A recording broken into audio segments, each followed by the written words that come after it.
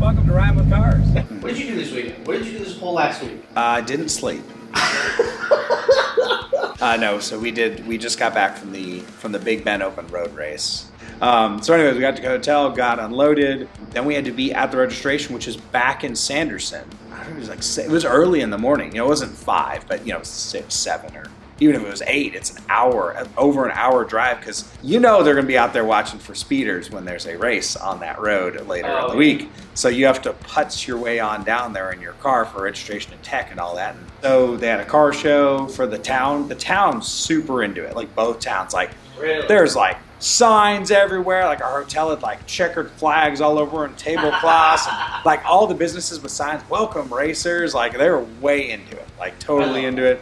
Which was cool, because I think you go to a lot of motorsports events and the locals they're like, oh, it's so annoying, traffic, loud noise, Karens, right? You get these people that just hate it. California. Yeah, I'm just saying, you go to even like a track day and you're driving through the little town to get there, and other than you buying gas, they kind of don't want you around. I mean, you just get this vibe, that you're outlaw or something. You're just like, oh, one of those people. Yeah, wasting our time. But no, these two towns were like totally into it. Like we did have one minor issue I'll get into in a minute, but like a local was like, I'm gonna run home and grab you some zip ties, what he did. Like just in this tiny little town of Sanderson. Oh, because of that, yeah. Got through tech. Everyone in tech basically stopped what they were doing to come check out the car. Everyone loved the car. That's so awesome. It was, they're like, ooh, look at this. They all, other tech guys are coming over, and so we got to talk to a lot of people. Qualifying is basically pass or fail. They just put someone who's experienced in your car, ride with you on an 8-mile closed stretch out and back, just to make sure you can handle the car, at the speeds for your class. And they ask you to do a couple of different minor maneuvers, because being that they close the road for it, it's a normal road. You have like the rumble strips in the middle, which do grab your tires, and it's got a crest. It's not a track. Your car at speed does tend to grab little things, and it's not a track. It's a little trickier to drive. So they just want to make sure you're not gonna die or kill someone else during the event. So yeah, did that, fired up the car, and it was cold while we were there. I don't know if I mentioned that, but it was probably 50 degrees with a 30-mile-an-hour wind that morning. Oh. So surprisingly, with the compression, I guess not surprisingly, but it fires right up dead cold. So but you have to give it a minute. I just kind of keep the RPMs up around 1,500, 2,000 until the water temps come up to 90 or so. Otherwise, it's real not happy. So, yeah, rat, and then people are staring at you, and I'm like, about mile 30, I noticed that the oil temps were like 230, which is not high, but it's higher than I would have expected, because my coolant temps, the new cooling packages, were 190 dead solid. Didn't matter how hard on the throttle I was, between 80 and 100 and tech speed an hour. The coolant temps were solid. Between the cooling package and the hood, venting the hot air out, it was doing its job. But the oil temps were higher than they should have been.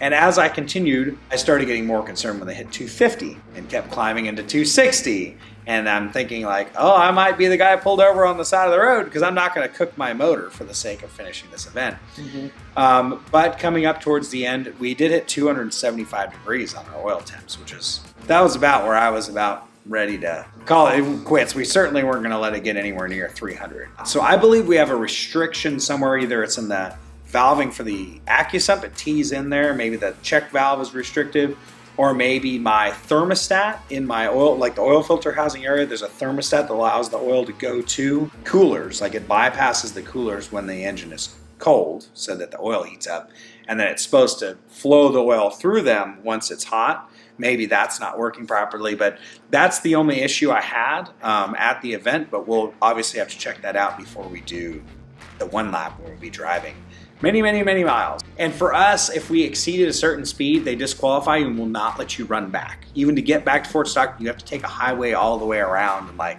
if you break speed, they're apparently pretty strict about it. So a lot of people break speed on the way back, because then they're back. Like the guys that brought the McLaren that we were hanging out with, they did 195 on the way back. So. That's fair.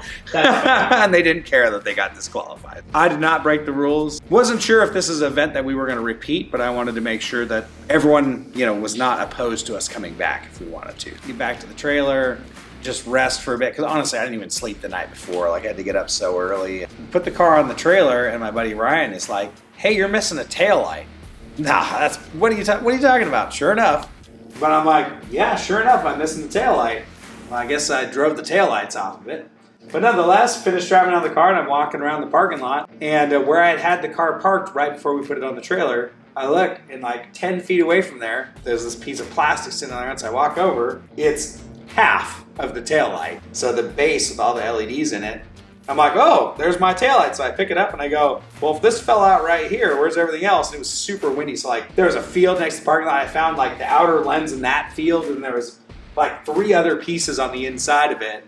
And I found those like scattered throughout the parking lot, like up against curbs and stuff. And I plugged it in and it worked. So I glued it back together. So as long as if it fills up with water, I'll probably replace it. But I mean, if we turn it on right now, everything still works. So we'll rock it. It only scratched it like where you can't see it, like on the edge, down under here, like you're never gonna see it. So I'm like, so strangely enough, it stayed in the car at 100 tech speed mile an hour, and fell out right when we went to load it on the trailer. So.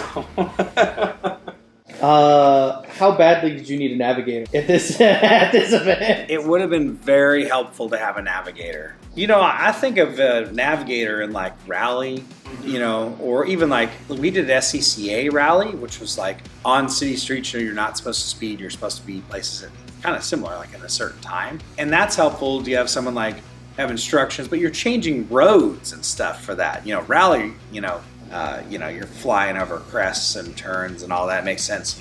How tight is the turn coming up? All those kind of things. This road at the tech speed we were at wasn't really challenging enough to need someone saying, hey, you might need to slow down for that turn. At the next speed up and higher, certainly that's not a bad thing. I mean, you could memorize it. This isn't the Nürburgring here. There's not that many turns, honestly. Yeah. You could certainly memorize that part. Hitting that target, the GPS, I mean, that part was they had section times and all this. Trying to manage that while you're driving, like if you watch the live video thing, I took off a little slow, which was okay because I started my timer when the light turned green. So it's not like a drag race. Your reaction time and your 60-foot times are totally irrelevant. Crossing the beams, at the exact time you're supposed to in the end is all that really mattered. People talk about banking time in different areas, and there's a lot to it. And props to those folks that do well. And I mean, there's people there, honestly, that don't really care. They just want to drive fast too. And everyone's having a good time. But yeah, I would definitely recommend having a co-driver if you're going to go do it.